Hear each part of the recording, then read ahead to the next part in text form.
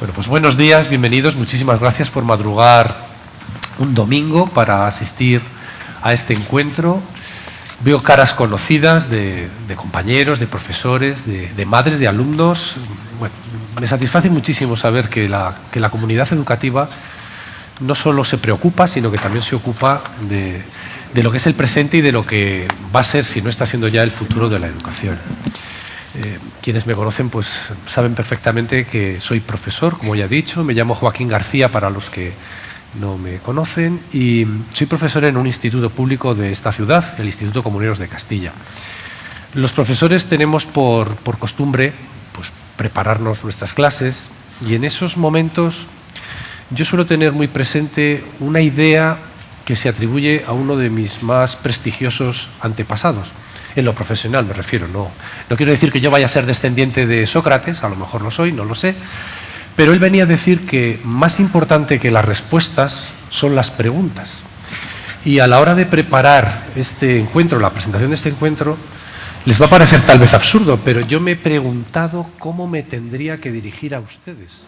Si con una fórmula tradicional del estilo de buenos días, señoras y señores, que me pareció ya un poco anticuada y hasta tal vez políticamente no muy correcta, o intentar ser un poco más creativo y seguramente que más arriesgado y decirle buenos días, personas y androides.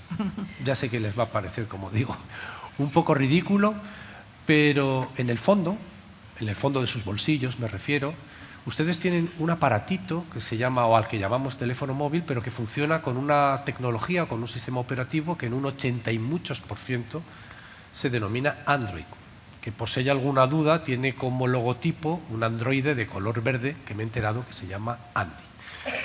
Y en ese sentido pues ya no me parece tan descabellado, porque la robótica, que es uno de los elementos de los dos con los que vamos a jugar en este diálogo, está más presente en nuestras vidas de lo que imaginamos. De hecho, yo creo que no solo se ha colado en sus bolsillos, sino que se ha colado en nuestras vidas. Y aunque tal vez a Inger no le haga tanta gracia lo que voy a decir, también se ha colado en nuestras escuelas y yo diría que de manera ineludible. La tecnología tiene que estar en nuestras escuelas porque, y me van a permitir que saque aquí ahora mi vena de profesor de historia, no sé si les había dicho, pero yo imparto historia, una de las primeras instituciones, si no la primera institución que los humanos creamos fue la escuela, no tal como la conocemos hoy en día, pero sí un espacio en el que el experto enseñaba a sus discípulos aquello que era vital para su supervivencia. Y eso que era vital, precisamente, eran los primeros avances tecnológicos que hacíamos los seres humanos. De hecho, hoy en día los arqueólogos, los prehistoriadores, lo primero que se preocupan a la hora de discriminar si los restos que están encontrando pertenecen a un homínido o es algo más, un homo, es precisamente la existencia de tecnología. Así que me parece que es un binomio indisoluble, educación, tecnología. Otra cosa es el uso que hagamos de esa tecnología. Y aunque no nos gustara este planteamiento, lo que ya no podemos negar es que en nuestras aulas nuestros alumnos ya son nativos digitales. Lo que no quiere decir, y espero que en el menor número posible, es que muchos de ellos puedan ser, o algunos de ellos voy a decir, puedan ser analfabetos funcionales. O peor aún, huérfanos digitales. Precisamente porque la tecnología les está sustrayendo de esas relaciones sociales que antes se tenían y que para muchos es uno de los puntos fuertes de la escuela y de los institutos. Y lo mismo nos está ocurriendo a los adultos. Los adultos tenemos ahora la oportunidad de estar hiperconectados e hipercomunicados gracias precisamente a ese teléfono móvil. Pero al mismo tiempo somos víctimas de lo que hemos venido a denominar infoxicación. Al señor Trump le gustaría decir esto de fake news, ¿no? Y tenemos muchas relaciones virtuales, presumimos o se presume de eso, cuando a lo mejor lo que estamos descuidando muchísimo son las relaciones personales. Entonces, en ese sentido, la tecnología puede ser un gran aliado, pero también puede ser un gran enemigo de la humanidad. Eso es al menos un poco el planteamiento que defiende Yuval Harari, que es otro historiador, que se está haciendo muy famoso precisamente porque sus libros están alcanzando un nivel de ventas increíble y en esos libros nos previene del problema que la tecnología o la robotización puede implicar para nuestra sociedad. Y si echamos un pelín la vista atrás, nos damos cuenta de que incluso los seres humanos hemos empezado a categorizarnos en función de nuestro nivel de desarrollo tecnológico o de desarrollo industrial. Hablamos sin tapujos de países desarrollados y países subdesarrollados, creando entre ambos una gran brecha que en gran medida viene determinada por la presencia o no de la tecnología en mayor o menor medida. Afortunadamente, también es verdad que hay colectivos, personas, este es el caso, por ejemplo, de David Cuartielles, que a través de proyectos como Arduino están intentando que la tecnología no solo lime, sino que haga que desaparezcan muchas de esas diferencias entre los países. Lo hace gracias a una especie, no sé si lo voy a saber decir muy bien, pequeña tarjeta, es como un microprocesador que tiene casi la misma potencialidad que un ordenador de los que podemos utilizar habitualmente, pero con una gran diferencia. Su uso es muy sencillo, es muy intuitivo y es de código libre, es decir, no tiene un coste económico muy importante. Por lo que, como le comentaba antes, ya está dentro de nuestras escuelas, dentro de nuestros institutos, y David Cuartielles es un referente para casi todos los profesores que se mueven dentro de ese ámbito. David Cuartielles es ingeniero de telecomunicaciones, estudió en la Universidad de Zaragoza, pero además es un humanista que estaba muy interesado por el mundo del arte contemporáneo y por eso se acabó doctorando en diseño en la Universidad de Malmö, que es donde actualmente reside e imparte clases en su universidad de esta disciplina. Y precisamente de la misma nacionalidad o del mismo país del que procede Inger, pues ella es también profesora en una universidad, la de Lund, que creo que no están muy distantes, y ella, siendo sueca, pues no va a tener ningún problema de comunicarse con nosotros porque no solo ha sido profesora de lengua y literatura española en un instituto, sino que actualmente es catedrática emérita de esta misma disciplina.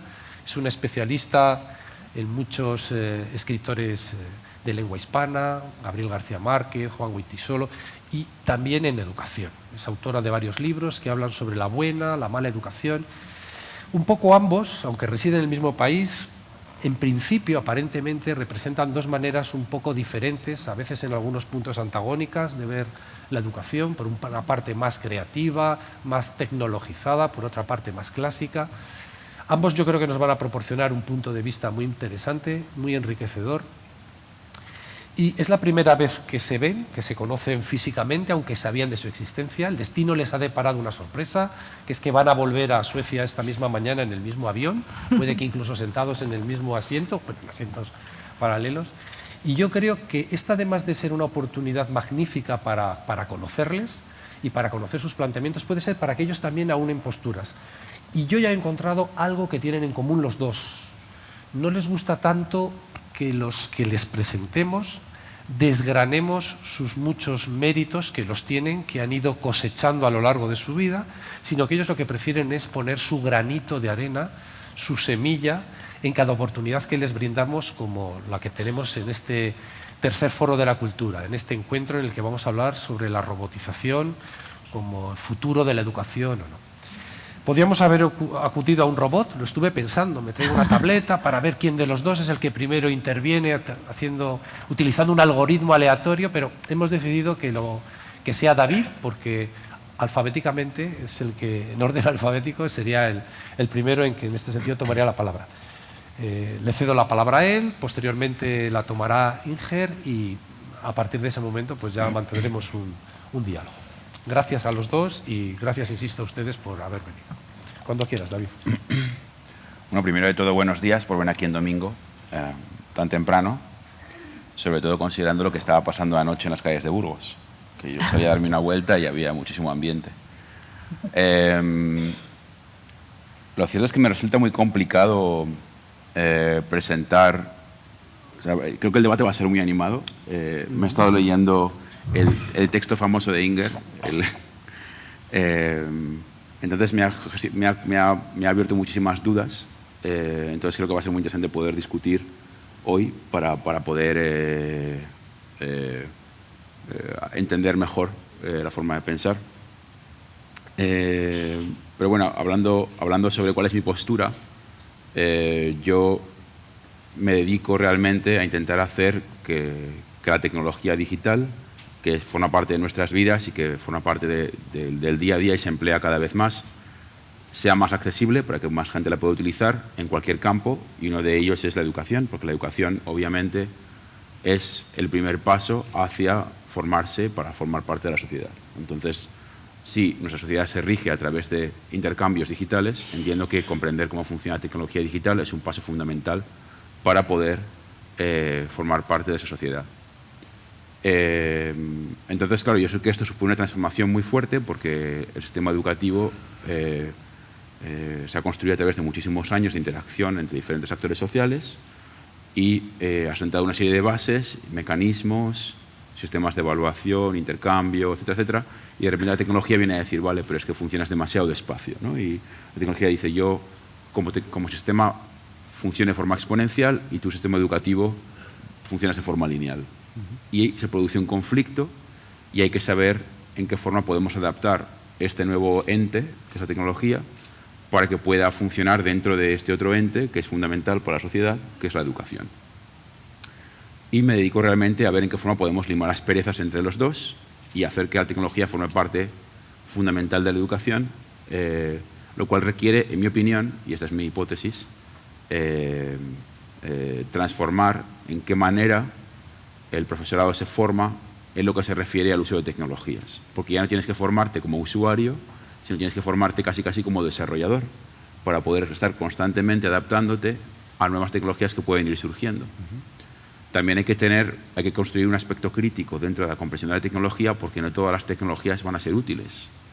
Entonces, ya no es que alguien tenga que decidir por ti, sino que tú, como educadora o educador, tienes que ser capaz de discernir hasta qué punto esa tecnología va a ser útil o no dentro de tu proceso y poder decidir, bueno, pues este año no hay que actualizar nada, pero el año que viene parece que tendré que aprender esta otra cosa y tendré que prepararme para poder utilizarla. Entonces, mi trabajo realmente consiste en ver dentro del mundo de tecnología más avanzada y ver cómo podemos hacer una nueva interfaz hacia ella para que la gente la pueda utilizar y ofrecer a los profesores y profesoras alternativas para que ya ellos y ellas decidan qué puede ser útil y qué no puede ser útil. Y el punto de vista de Inger es... Ya. Primero, muchas gracias por la invitación. Es un placer estar aquí y voy a volver a los problemas planteados. Vengo de Suecia y ahí llevamos ahora más de 50 años con experimentos pedagógicos y llevamos 20 años con las tecnologías dentro de las aulas. Pero aún así no hay un entusiasmo así muy claro. En esta pequeña presentación voy a hablar de tecnologías y voy a entender ordenador, tableta, móvil. Hay otras, pero de esas voy a hablar.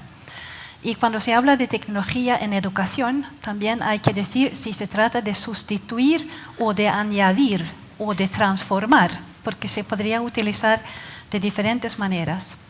Y se debería pensar en dinero y tiempo. ¿Cuánto dinero y tiempo vamos a dedicar a esto otro? Por ejemplo, hasta ahora la compra de ordenadores ha significado mucha inversión y no es seguro que eso haya sido dinero bien utilizado. Bueno, los argumentos a favor de usar más tecnologías es el argumento de la modernidad, que tenemos que ser modernos, que esto existe, que esto es necesario. Eso es cierto, pero en educación estamos en el campo de formar el cerebro. Esto es la cuestión, es en la formación del cerebro de los alumnos, la estructuración. ¿Nos sirve o no nos sirve? ¿Cuáles son las mejores maneras? Otro argumento a favor de usar las más tecnologías sería lo del mercado laboral. Pero yo añadiría que el mercado laboral también necesita a personas con un manejo adecuado de la lengua, con conocimientos generales, con ideas sobre el uso de las matemáticas, personas con autodisciplina y personas a las que se puede confiar.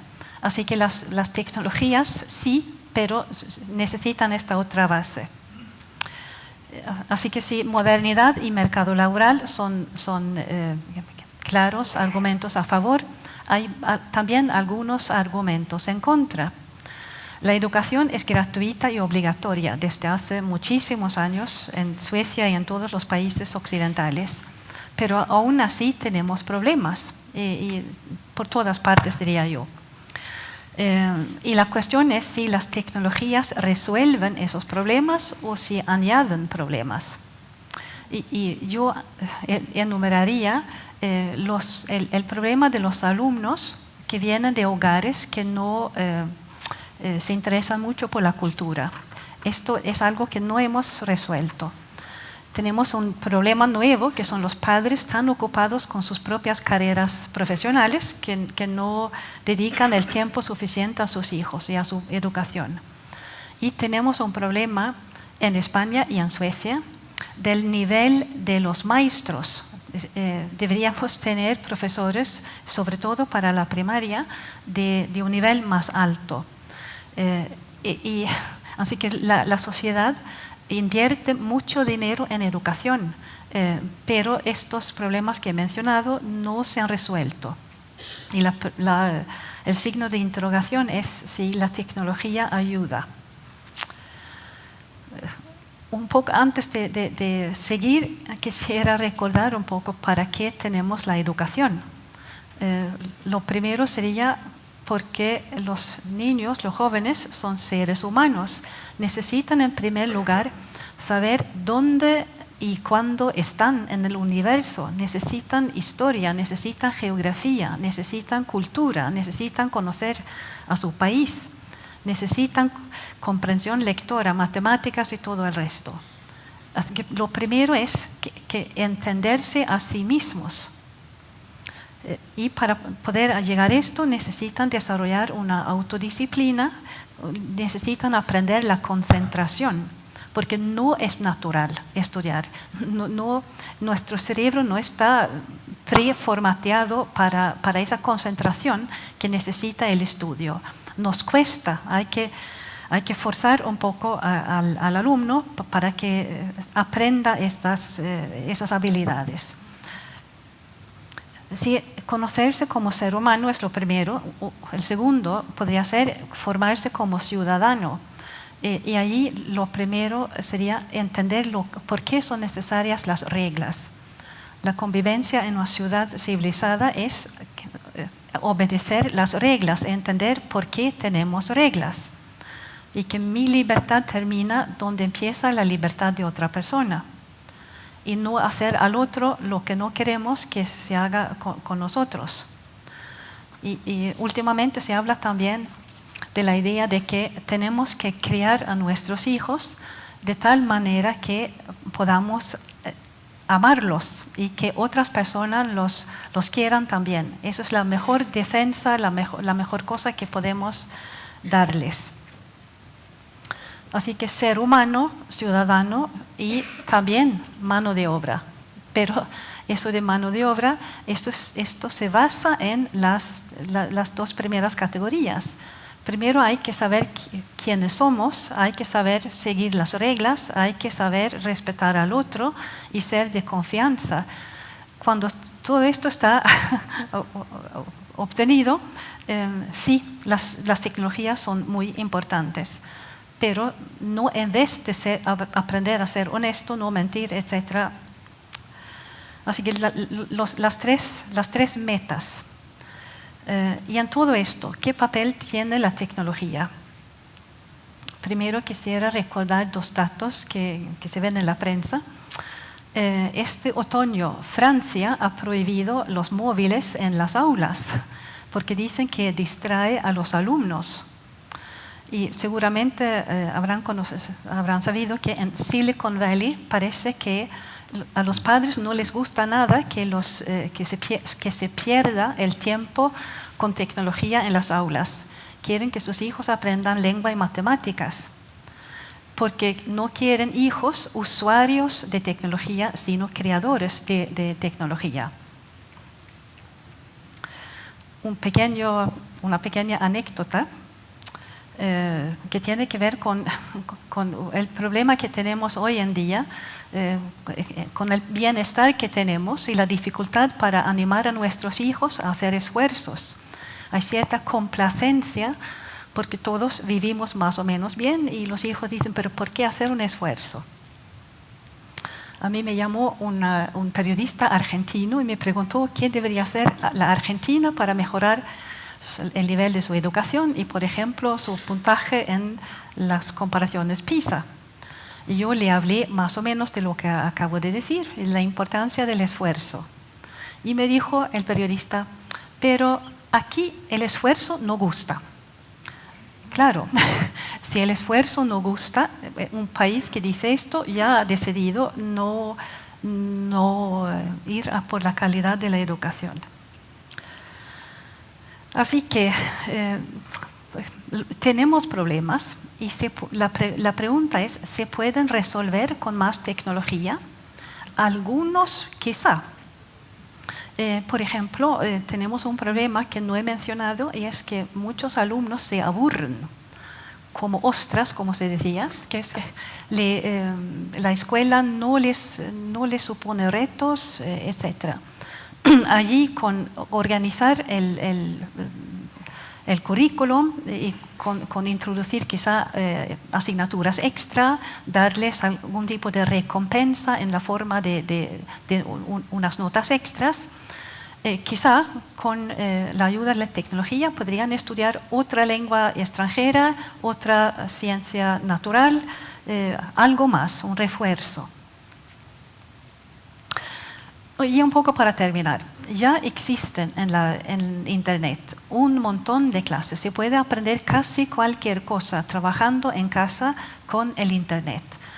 Pero aún así la gente no suele hacerlo. No hay estímulo suficiente porque lo que se valora muchas veces es el certificado de fin de estudios o de examen y no tanto el conocimiento.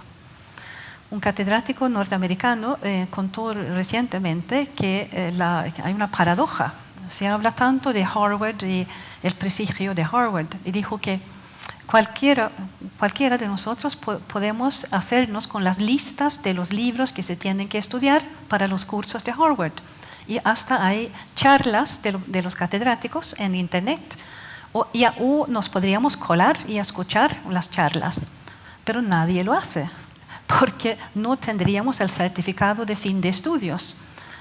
Es decir, que el certificado de fin de estudios podría ser más importante, es lo que admiramos, más que el conocimiento que está detrás de estos certificados.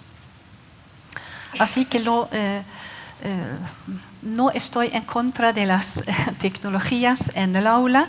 Lo que digo es que por ahora no han resuelto lo que son verdaderamente los problemas.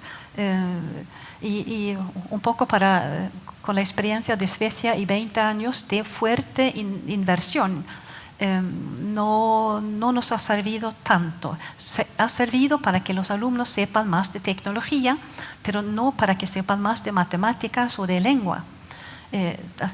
Entonces el contraargumento quizá de David sería que entonces hay que hacerlo mejor. Sí, quizá cabe la posibilidad y ahí podemos empezar la conversación.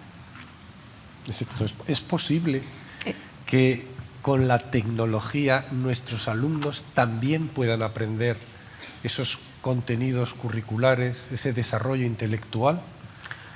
A lo mejor no solo es cuestión de cantidad de tecnología, sino de calidad. Y efectivamente la cuestión está ahí. No se ha conseguido en Suecia, a lo mejor en otros lugares sí. ¿Se puede conseguir? ¿Tú lo ves factible? Yo también tengo mi opinión, pero aquí ustedes han venido a escuchar a David y a Inger. Pues yo puedo contextualizar un poco mi postura en este sentido, porque yo hago muchísimo trabajo de campo. Entonces yo en este mismo momento estoy trabajando con más de 47.000 alumnos simultáneamente, indirectamente a través de los profesores, pero a través de un programa educativo que creamos y a través de la Fundación Bancaria La Caixa y de Tu Caixa y demás. Vamos a hacer 400 colegios este año en España, un programa educativo en concreto para cuarto de la ESO, pero he probado el mismo programa, por ejemplo, en Suecia, en Ecuador, en muchísimos países. Y la situación, por ejemplo, en Suecia fue dramática, porque el problema que tuvimos fue que el grupo de profesores con el que trabajábamos no tenían la voluntad para mejorar en el conocimiento tecnológico, porque el sindicato no les daba las horas para poder formarse. Entonces, yo veo también que hay toda una serie de problemas que van más allá solamente de hablar si la tecnología sí o la tecnología no, porque esta es una red muy compleja en la que hay muchísimos poderes que tiran en todas las direcciones. Entonces, claro, si por ejemplo en Suecia se hace una inversión muy fuerte en tecnología, pero luego no se da acceso al profesorado a una mejor formación que les permite utilizar la tecnología, pues es como tirar coches a gente sin carnet de conducir, no van a poder utilizarlos. O bueno, puede que los utilicen, pero de una forma óptima. Yo, por ejemplo, en Suecia trabajo a veces con Skolverket, que es pues ¿cómo se diría Skolverket en español? Inge, me tienes que ayudar. Es la Dirección General de las Escuelas Suecas. Sí. Y a veces damos cursos sobre, en este caso a mí me piden que dé clases sobre Arduino para profesores, para explicarles cómo emplear microcontroladores de forma creativa en el aula, ¿no? En ver en qué forma pueden introducir tecnología digital dentro de lo que sería las asignaturas más de artesanía para poder utilizarlos en hacer proyectos, en diferentes clases y demás. Y les ofrecen un curso de 5 días. ¿Tú crees que en 5 días puedes aprender? En los 5 días yo tengo acceso a 4 horas. ¿Tú crees que en 4 horas pueden aprender los profesores? Obviamente no. Entonces, si los medios que se ponen son esos, pues está limitando realmente la capacidad de éxito de esa inversión. Ese es el problema que yo veo. Cuando, por ejemplo, cuando hago el mismo proyecto en España, el profesor invierte 1 hora por semana, más luego las clases que está dando de forma activa. Entonces está aprendiendo de forma activa en qué forma funciona la nueva pedagogía que está probando dentro del aula. Entonces, es una situación completamente diferente. Y el compromiso que ponen los profesores es también completamente diferente. Entonces, lo que yo veo es que es mucho más complejo que sencillamente decir metemos tecnología en la clase. Quisiera contar una pequeña experiencia que hicimos en mi universidad. Un profesor hizo una tesis comparando a 2 grupos de alumnos de español del cuarto año, y tenían exactamente las mismas horas, el mismo colegio, el mismo profesor, el mismo libro, las mismas pruebas al fin de año, y les hizo una batería de pruebas al comienzo, en el medio y después. Y un grupo tenía todo o casi todo con tecnología y el otro tenía tecnología de vez en cuando. Y lo interesante es que la tecnología no fue el factor fuerte, sino el conocimiento del alumno al entrar al año lectivo y la decisión del alumno de sacar un buen resultado. Es decir, que los factores fuertes son otros. Ajá. No, y estoy completamente de acuerdo. Sí. No, la tecnología para mí es un vehículo. Es un recurso. Claro, yo lo veo muy claro. La cuestión es también, como tú comentabas, que se puede utilizar en muchas situaciones, porque la tecnología forma parte de la vida de los alumnos en su día a día. Se van a casa y juegan videojuegos, ven películas en YouTube con sus amigos, y de repente van a clase y lo tienen que leer en un libro. Entonces, hay un conflicto, obviamente, en la forma en la que se accede al conocimiento. Yo creo que la tecnología puede realmente ser utilizada en formas muy interesantes para facilitar el acceso al conocimiento e incluso hacer que la gente se interese por los libros. Porque yo personalmente no estoy absolutamente en contra de... O sea, yo sí estoy en contra de eliminar estoy a favor de eliminar los libros físicos, pero no del contenido de los libros. O sea, yo cortaría menos árboles, siempre haría más pantallas, por una mera cuestión de sostenibilidad ecológica, ¿no? Pero sí que, o sea, sí que veo que la tecnología puede ser un vehículo que se puede utilizar en muchas más asignaturas. Por ejemplo, hablando de historia, ¿no? En el colegio en Rubí emplean una cortadora láser en la clase de historia para reproducir las fachadas de los edificios de su ciudad, para que así los chavales vean la arquitectura histórica de una forma mucho más, en la que se involucren mucho más, porque tienen que ellos mismos reproducir la fachada. Entonces tienen que hacer unas columnas dóricas y tienen que diseñarlas. De esa manera aprenden las columnas dóricas de una forma distinta. Yo salto sobre esa posibilidad de contestar o de añadir una reflexión, y es que a través de la tecnología existen todas las posibilidades de aprender, y mejor que nunca por la reproducción tecnológica, pero no tenemos, y sobre todo entre los jóvenes, este afán de aprender. Si se da a alguien que quiera aprender ese instrumento, esa persona va a aprender, y rápido y bien. Pero nuestro gran problema es lo que yo llamo la complacencia, ¿qué más da? ¿Qué más da? Y si los alumnos vienen con esa actitud, darles la oportunidad de estudiar no ayuda. El problema es otro, es anterior a los materiales. Bueno, pero ambos estáis de acuerdo. Ya hemos llegado a un punto de confluencia y es la tecnología es útil, pero concebida o contemplada como un medio, no como un fin en sí mismo, ¿no? Tal vez la dificultad, y ahí es donde los modelos de cómo trasladar la tecnología al aula está en eso, cómo integrar lo que es el aprendizaje y el esfuerzo que han de hacer con el uso de esa tecnología, que yo personalmente debería tener una postura más neutra, ¿no? Pero creo que ahora les motiva a los chicos, aunque solo sea porque están muy, como decíamos antes, son nativos digitales y están muy vinculados a esas nuevas tecnologías. Pero hay que hacerles ver que eso no es el fin en sí mismo. Por poner un caso, como estamos en Burgos y hemos estado hablando del modelo sueco, aquí en Burgos o en Castilla y León en general, se está haciendo desde hace mucho tiempo un esfuerzo muy importante por dotar de tecnología económicamente. El que esté la tecnología en el aula no significa que por eso los resultados sean mejores. A veces hasta la tecnología está físicamente, pero guardada en un armario, no se usa porque el profesor, por lo que sea, considera que no es oportuno.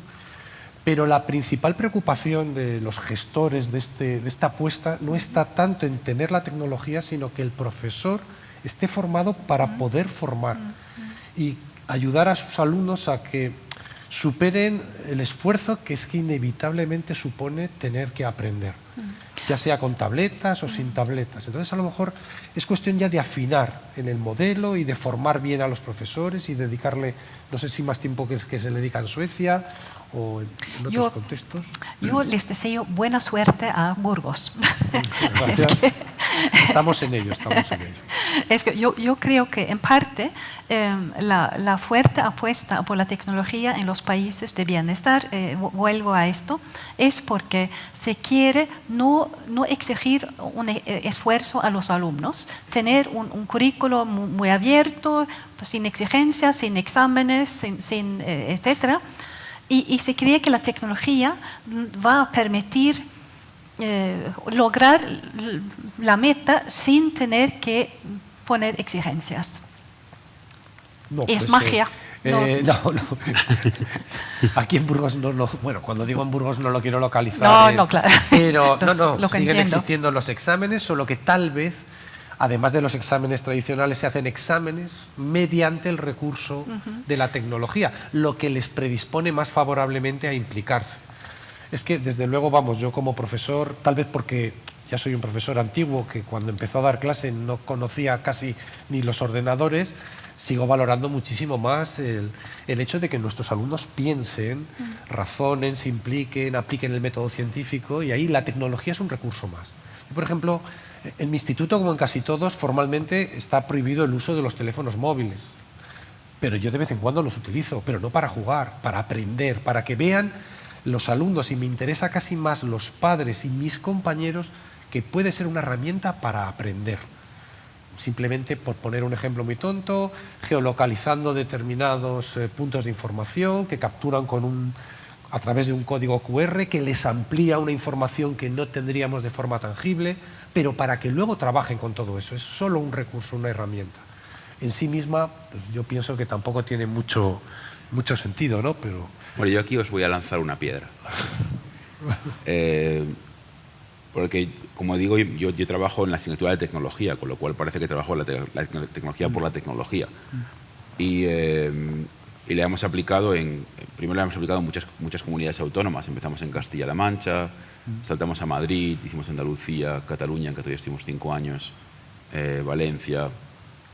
Y la experiencia en general ha sido siempre positiva. Ha servido para muchísimas cosas. Me ha servido, por ejemplo, para poder mapear las redes de profesorado, que en España hay varias redes de profesorado que trabajan con tecnología de forma muy activa y están muy involucrados en pedagogías empleando tecnología, no solamente en dar clase de tecnología. Y durante este proceso he tenido muchísimas experiencias, profesores que dicen, pues tenía un alumno que no estaba rindiendo en ninguna otra asignatura. Hizo esta asignatura y vino y me dijo, ¿podré hacer otras asignaturas sin examen? ¿Podré hacer otras asignaturas con ese tipo de trabajos? Y dice que se encontraban con alumnos que muchas veces su rendimiento escolar era menos del deseado y que de repente, al poder tener una oportunidad para demostrar a sí mismos y a otros que eran capaces de hacer cosas, cambiaban su planteamiento sobre su propia formación.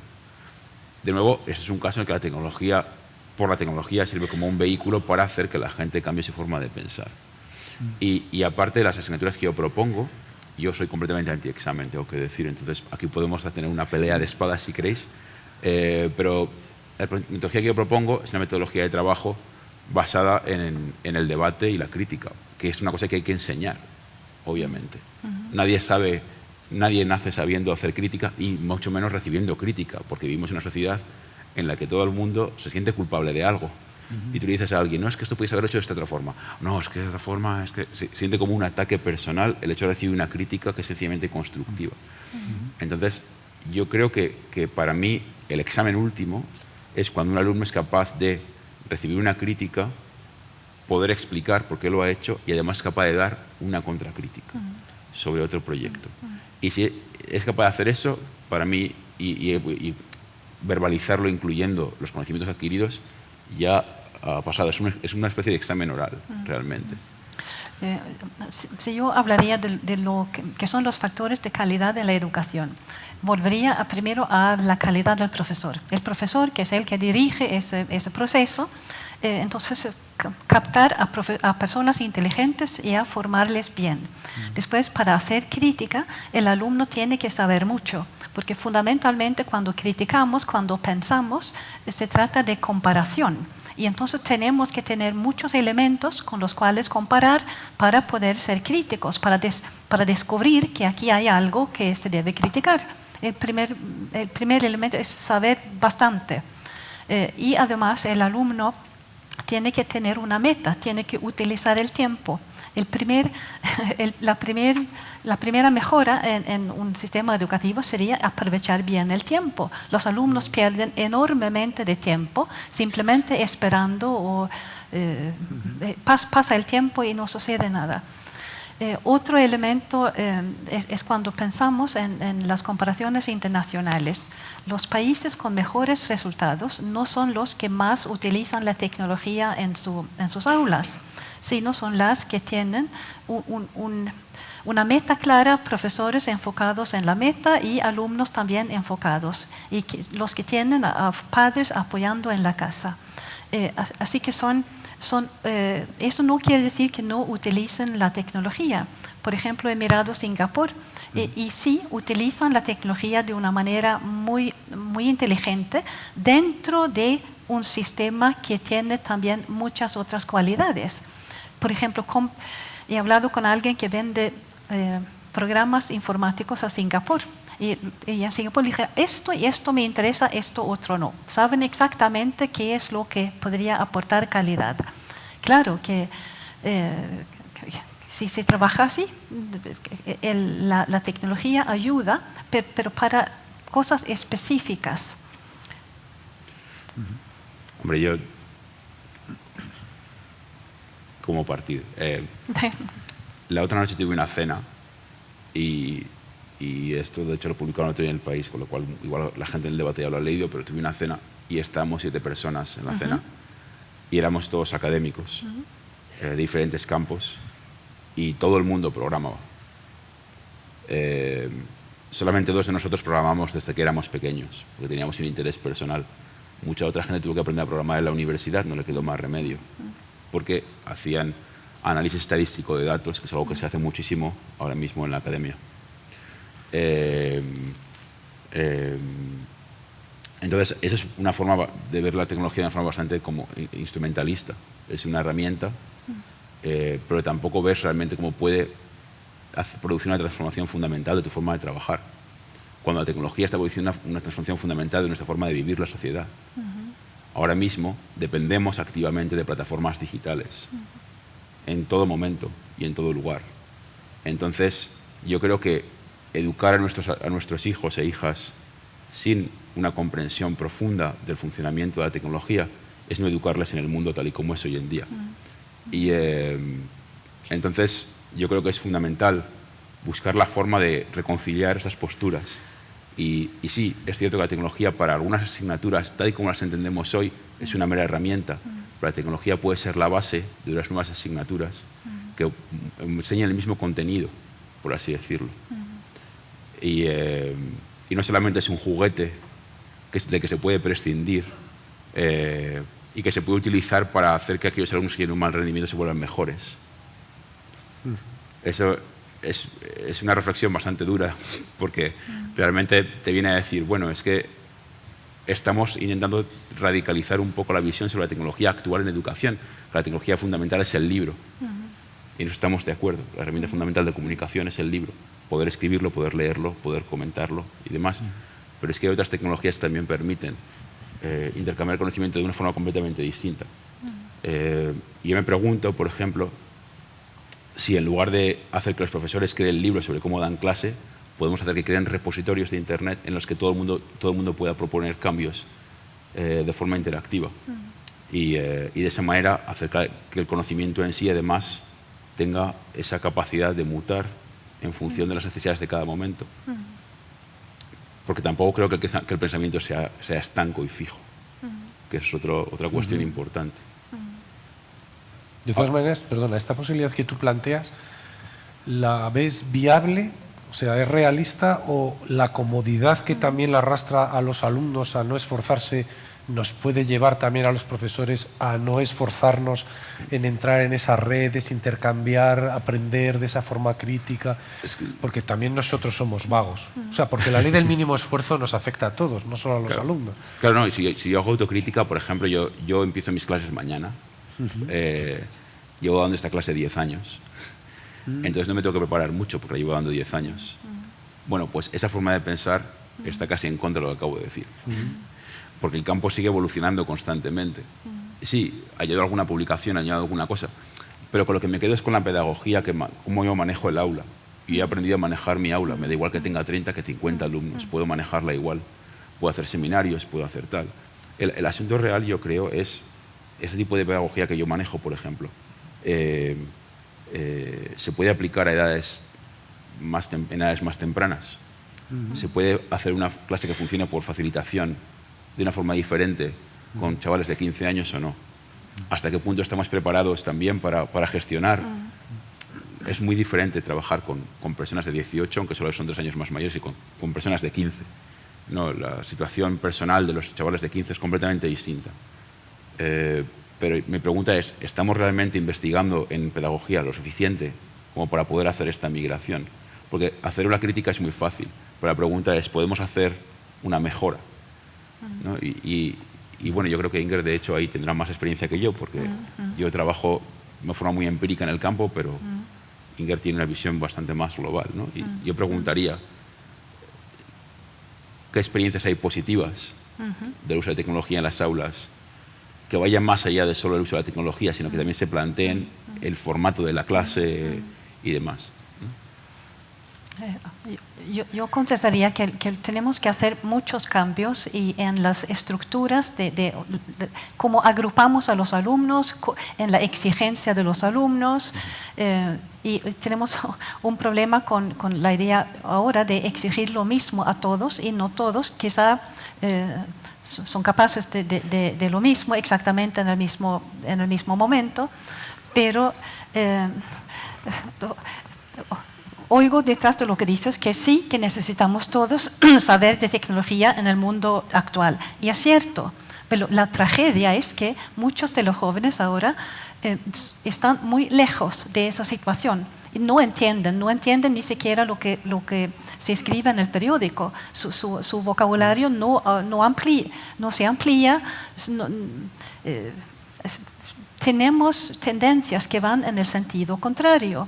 Y no es suficiente. Y hasta en PISA hablamos de 6 niveles. 5 y 6 son los niveles excelentes, 1 y 2 son los niveles con problema. Y hasta dicen en la OCDE que los alumnos con nivel 1 y 2 pueden tener problemas para ganarse la vida, y sobre todo en un país avanzado. Tenemos a muchos alumnos en las categorías 1 y 2, y cualquier método o cualquier gestión que pudiera resolver esto, bienvenida sea, que puede ser tecnología o organizar las clases de otro modo, pero tenemos que hacer algo y rápidamente. Entonces, claro, debemos estar abiertos a todos y nos va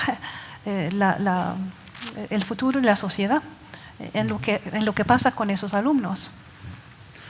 Entonces sería una cuestión más infraestructural, ¿no? O sea, sería decir, o sea, el punto de partida es, no todo el mundo tiene las mismas capacidades ni las mismas necesidades. Habría que redefinir el sistema educativo de múltiples velocidades, por así decirlo. Es una tecnología, de hecho, puede producir un cambio, porque la tecnología permitiría no tener asignaturas estancas, como se entienden hoy en día, podría ser mucho más granulares, de manera que la gente podría aprender en diferentes velocidades y no tendrían que, bueno, es que me he leído tu texto, entonces tampoco tendrían por qué trabajar con las mismas edades, porque la gente madura a diferentes velocidades. Yo estoy completamente de acuerdo en todo este planteamiento. Entonces, entiendo que podríamos utilizar la tecnología ya no como ese juguete que se emplea en clase para atraer al alumno desaventajado, sino como la base para poder permitir una forma diferente de organizar el proceso educativo dentro de todo el centro, incluso con otros centros. Y quizá por eso nuestra conversación es en parte un diálogo de sordos. Yo no estoy en contra de la tecnología. Lo que estoy intentando decir es que los problemas básicos son otros, y entonces hay que ver exactamente cuál es el papel de la tecnología en ese escenario más amplio. Pues ya tenemos otro punto de acuerdo, y a lo mejor hasta este tercero que os voy a introducir, y es en qué medida el número de alumnos por aula influye tanto en aprender mejor o peor, ya sea con o sin tecnología. Antes de empezar la conversación comentaba David que mañana esa clase que tiene que impartir es de 55 alumnos y ya le parece una enormidad. Estamos hablando en la universidad. ¿El número influye? ¿El número pesa? Sí, pero pesan más otras cosas. Pesa más la voluntad de aprender, la voluntad de llegar a una meta, el sentirse contento de estar donde uno está.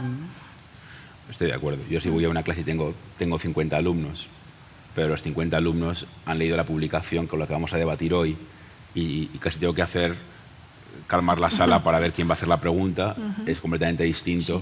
Sí. Que si tengo que decir, que no habéis leído la publicación, y se la tengo que contar yo. Y aunque sean 5. Y eso depende en parte de lo que has dicho, que tú ya después de los años has aprendido a gestionar la clase. Claro, yo tengo una forma también de anunciar mi clase y bueno, me adapto mucho al lenguaje. Bueno, es que es muy complicado. Cuando llegué a dar clase a la universidad hace 20 años, mis alumnos eran más mayores que yo. La Universidad de Malmö es una universidad muy joven, de hecho se declara universidad este año, antes era University College, que no es lo mismo, pero mis alumnos tenían 35 años de media y yo tenía 25 años. Y era porque Malmö era una ciudad industrial y de repente al abrirse la universidad muchísima gente de la ciudad tomó la oportunidad de estudiar, porque no la habían tenido antes. Y yo tenía 10 alumnos por clase y me llamaban don maestro, era muy divertido.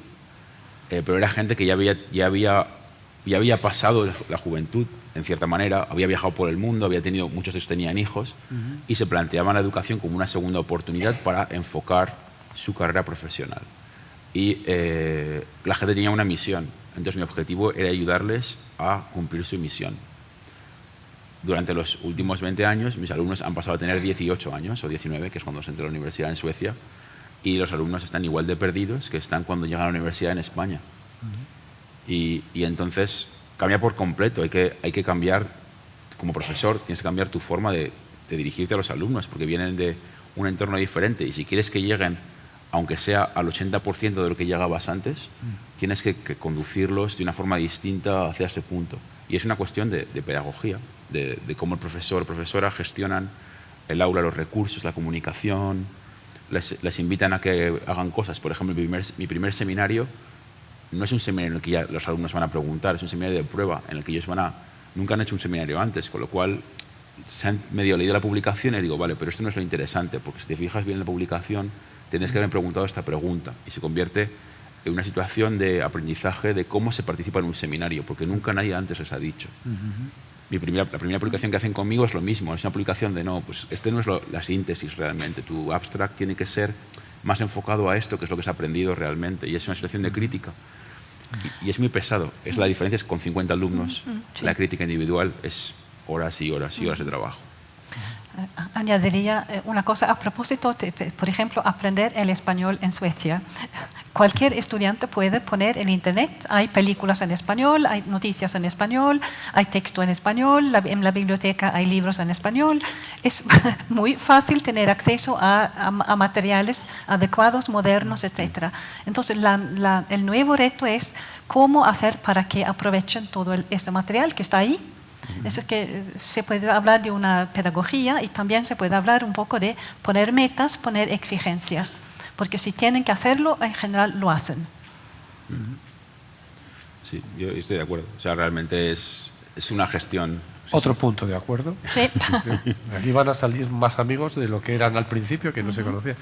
Bueno, hay un experimento, el experimento Milgram, hace ya muchos años, que ponía de manifiesto que en situaciones en las que hay una persona por encima de los demás, es decir, con un poco más de cualificación, los humanos somos muy obedientes. Entonces, en ese sentido, si los profesores somos capaces de gestionar bien, como dices, las clases y de ponerles esas metas, bueno, esto ya se escaparía de lo que es el tema concreto de esta conversación, ¿no? Pero el papel de las familias creo que también es muy importante, el mensaje que reciben desde las familias. Pero yo estaba pensando una cosa un poco descabellada. ¿Podríamos llegar en un futuro, ciencia ficción, a enseñar esas buenas prácticas y esa buena gestión del aula, algo similar a un robot que pudiera acabar sustituyendo al profesor? ¿O eso sería muy descabellado y hasta contraproducente? Por animar la conversación. Yo diría que es una buena pregunta, pero yo creo que alguien que tiene una base educativa, vamos a poner alguien con el bachillerato ya terminado y que quiere aprender algo, lo puede hacer con un robot o llámese como se llame, algo de internet, un curso de internet, porque si tiene una meta muy clara lo puede hacer. Pero los alumnos con problema en la educación obligatoria no van a poder hacerlo, necesitan la persona física del profesor, les necesitan el apoyo, un poco la exigencia. Yo creo que es una situación distinta. Bueno, yo voy a jugar al abogado del diablo. ¿Sí? ¿Sí? O sea, yo personalmente defiendo la educación uno a uno. Me gusta mucho el concepto de la educación hacker, por así decirlo. Yo te enseño a ti y luego ya somos dos para enseñar a más gente. Y mi universidad ha creado un laboratorio en el que yo, cuando doy clase el primer año, selecciono, bueno, ya no selecciono yo, sino que los alumnos del segundo año que trabajan conmigo como profesores en la clase, seleccionan a los del primer año que van a ser los profesores del año siguiente.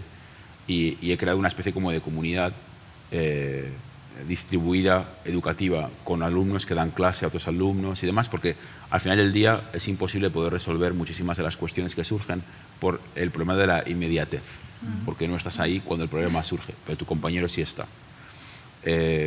Al mismo tiempo, creo que la tecnología, todo el tema de la inteligencia artificial avanza muy, muy rápido y funciona a través de la comparación de patrones. Y se puede hacer que una máquina estudie muchísimos patrones de comportamiento de alumnos y de situaciones y que sea capaz de responder frente a toda una serie de casos.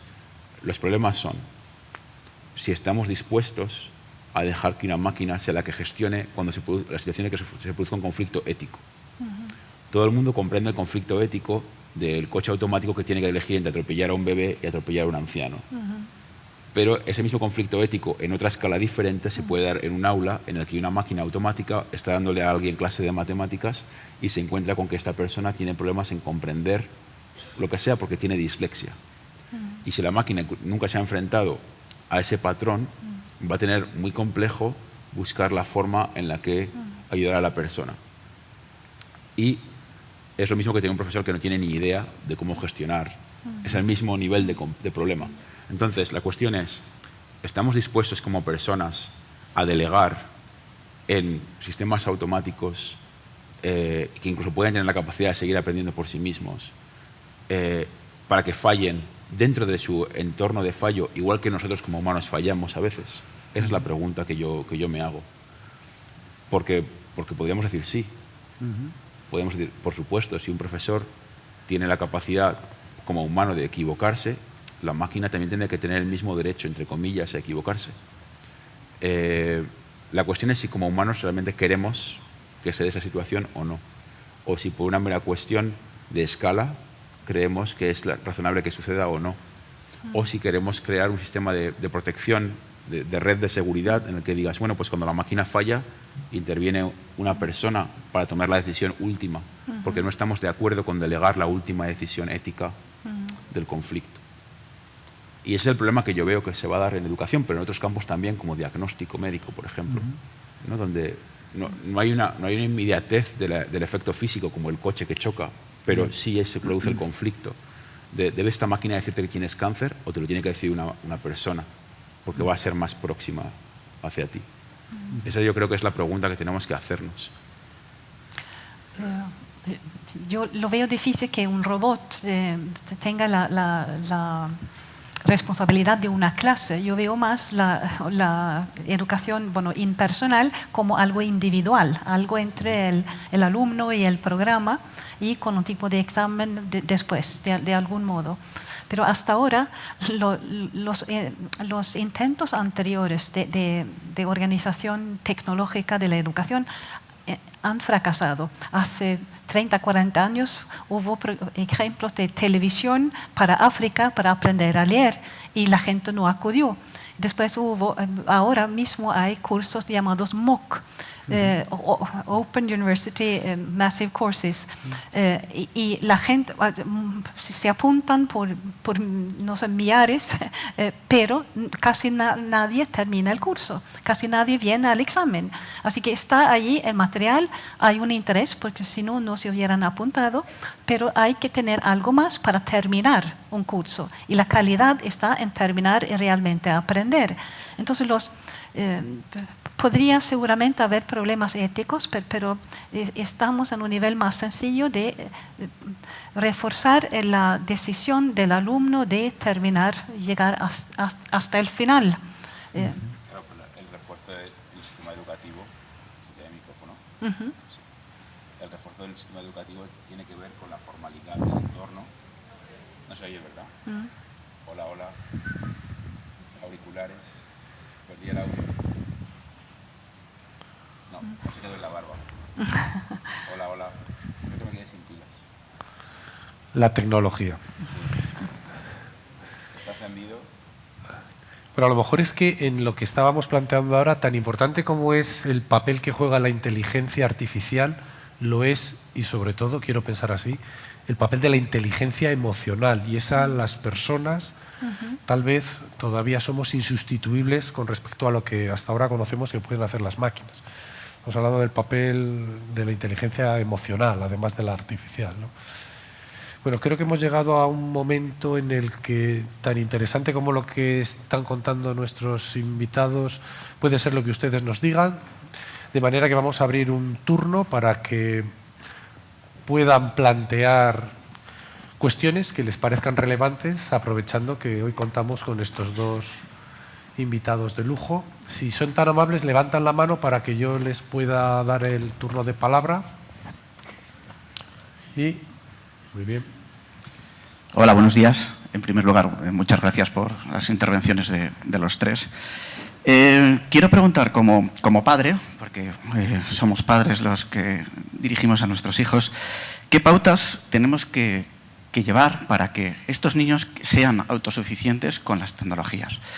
Tengo un ordenador, ellos tienen un ordenador en casa y tienen dos opciones, o un ocio o una formación. El cambio de pasar de uno a otro es simplemente control tabulador, y puedo pasar de una herramienta a otra. Para que sean autosuficientes ellos, yo tengo dos opciones: que se estrelle el chaval y que aprenda realmente de ese error, o qué pautas tengo que yo seguir para que él sepa diferenciar qué herramienta, cómo tiene que hacer el uso de esa herramienta en ese momento. Gracias. Esta es para mí. Sí. Vale. Vale, yo también soy padre. Entonces, y como yo doy clase en la universidad, lo que voy a hacer es hablarte como padre, no como profesor de universidad. Mi hija tiene 10 años. Bueno, en mi casa hay ordenadores, obviamente, muchos. Yo igual que tengo libros en la estantería, tengo los portátiles viejos puestos así, y cuando quiero consultar un proyecto de hace 5 años, saco el portátil viejo y lo abro y lo miro. Mi hija está acostumbrada a ver ordenadores todo el tiempo. Su madre y su madrastra trabajan con ordenadores todo el tiempo. Ahora bien, yo le compré un portátil para ella, muy bonito, es azul, muy simpático, hace 4 años. Y le dije, ese es tu ordenador.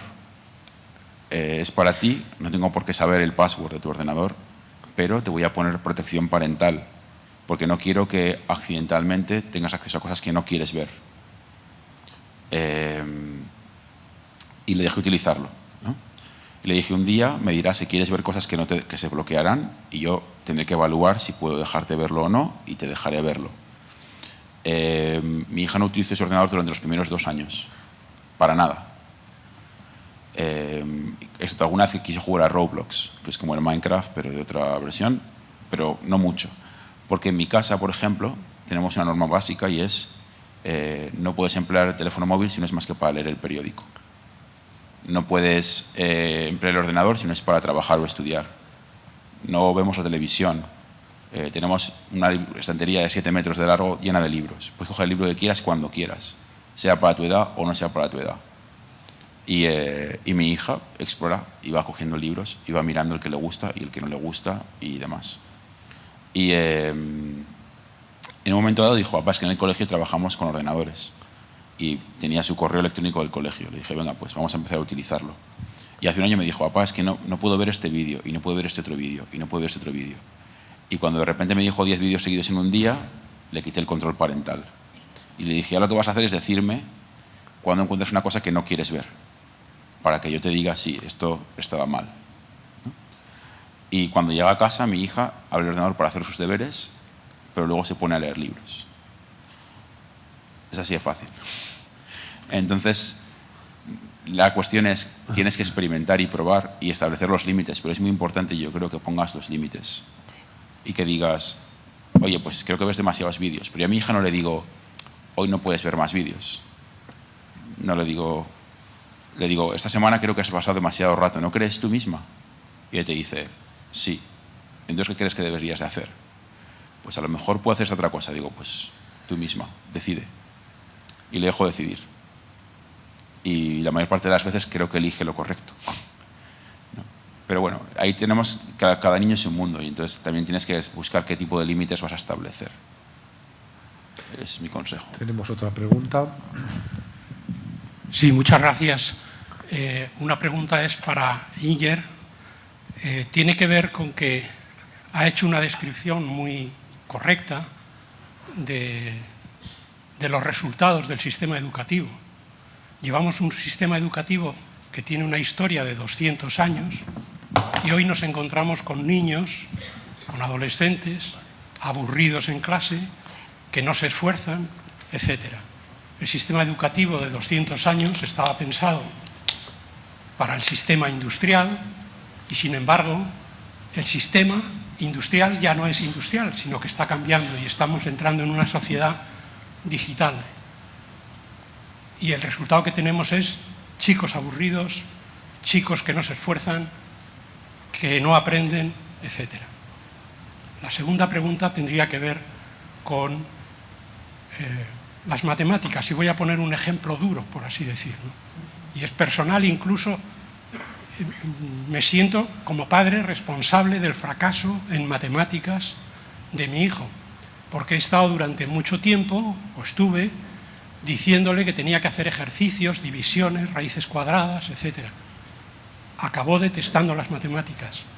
Y hoy en día, sin embargo, no nos negamos a introducir el aprendizaje de matemáticas con ordenadores, cuando en el sistema curricular el 80% del tiempo de la formación en matemáticas lo dedicamos a que los hijos o nietos hagan cálculos, cuando los cálculos los pueden hacer hoy perfectamente los ordenadores y las calculadoras. Yo le decía a mi hijo que no utilizase la calculadora.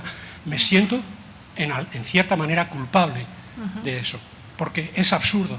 Lo que tienen que aprender con las matemáticas es a razonar, a plantear el problema, a encontrar soluciones matemáticas y a tener un sentido crítico que el sistema actual no les enseña.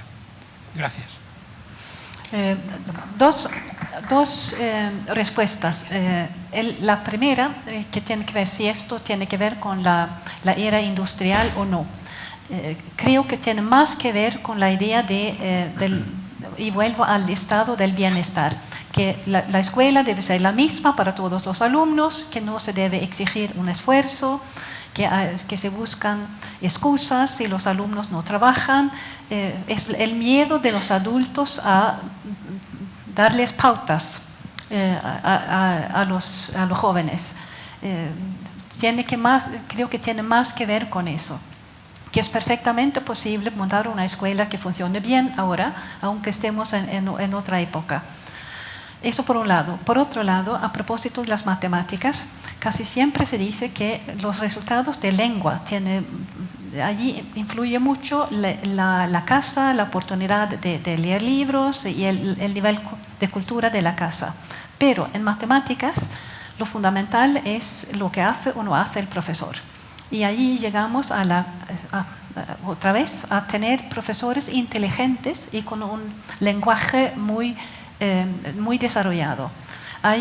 En matemáticas, un poco para contestar con un rodeo, en matemáticas hay una investigación muy famosa de los Estados Unidos de los años 30, un señor llamado Benezet, que estudió grupos de alumnos con muchos inmigrantes o con población americana desde hace mucho tiempo. Y el grupo de inmigrantes, a ellos les puso profesores inteligentes, jóvenes, y esos profesores utilizaron precisamente el método que usted dice. Les puse ejemplos, les preguntó cómo se podría resolver esto, cómo se mide esto, cómo hay que pensar en estos casos. Y el resultado en esta investigación, repito, muy famosa, es que llegaron a mejorar mucho su nivel de matemáticas y además su nivel de lengua. Así que seguro que se puede mejorar mucho la enseñanza de matemáticas es cosa de la escuela fundamentalmente. Sí, yo tenía dos cuestiones. Una para Ingrid, que ha hablado del informe de PISA. Pero el informe de PISA, una de las cosas que se encuentran los chavales es que ahora se hace por ordenador. Entonces, si es el primer examen que se encuentra en ordenador, estás enturbiando el resultado por el tema del ordenador. O has metido la tecnología antes en clase, o en PISA va a salir mal. Y la segunda cosa era para David, has comentado que es más barato que pobres árboles hacer libros.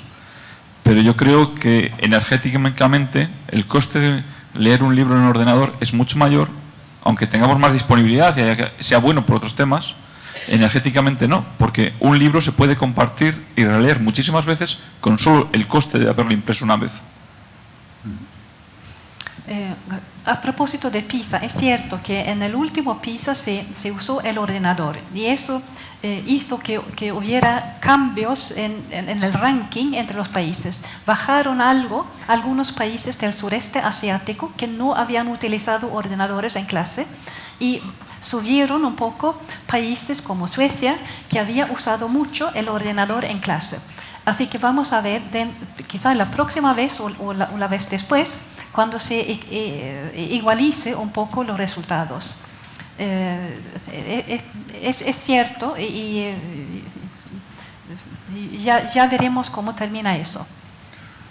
Respecto de los libros, yo tengo que decir que, bueno, yo mismo he dicho que tengo una estantería de 7 metros de libros, 7 por 2,1 de alto, pero me refiero al libro de texto.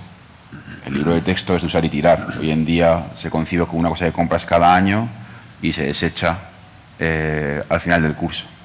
Entonces yo personalmente creo que el contenido de los libros de texto educativos podría perfectamente existir en forma digital y tener en papel, si quieres, lo que es el conocimiento básico y fundamental.